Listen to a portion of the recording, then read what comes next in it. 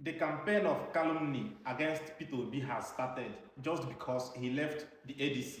Muna watch this video. The evil that men do lives after them. The good is often interred with their bones. I say this because we are going to interrogate and question. That is the Muslim North, the northern Nigeria, will interrogate Peter Obi's tenure when he was the governor of Anambra State, what he did to northerners in 2022. We all know that. He deported them. He even made them have an ID card, their names, where they are from, what their occupation is, in this Nigeria that we live. There's been a lot of reporting about how that has been exaggerated to reflect him in a negative light. It is true. Did he not? It is the same Konkoso that have had to fly to Oka, go and sit with them. I say, be careful. I have more Igbos in Kano living in peace than there are northerners throughout the southeast. So you better be careful. The same. So he will come to the north now and explain to us. And that is why Konkoso is the vehicle to sell him to the north. But we have his record to interrogate what he did to northerners when he was the governor of, because if you ask him, I've seen a lot of his interviews, when he's asked, what is your manifesto? He says, I've done it in Anambra.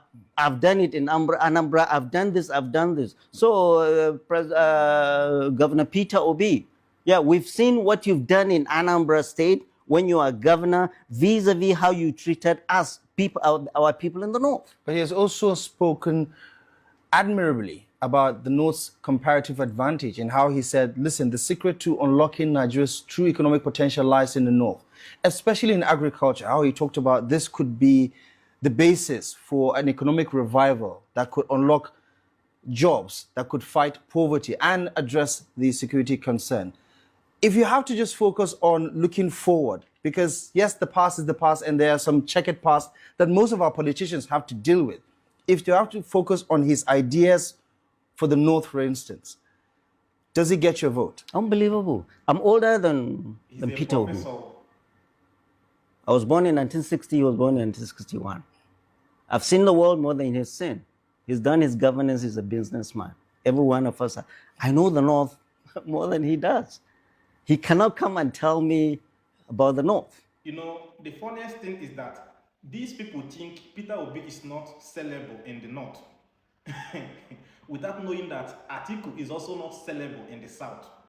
That is the honest truth. And they're talking about the topic of discussion, which says that Peter Obi printed ID for the Northerners when he was the governor of Anambra State.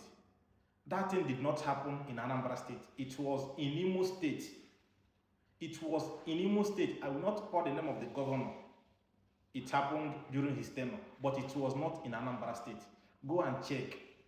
It was not in Anambra State. Even the Kwankwaso he is mentioning can attest to this. Why these people go just the comments, they talk anyhow like this?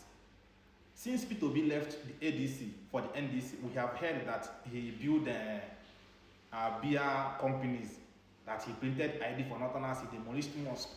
This was the same thing they did in 2023.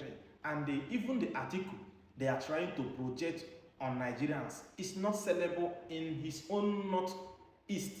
Tell me why he was doing 50-50 with Tinubu in the north. This is unbelievable. This is unbelievable. And these people cannot accept a Yoruba man to take over from Tinubu. They cannot accept a Southerner to take over from a Southerner. But they want Atiku to take over from his tribesman, to take over from from Buhari. This is unbelievable.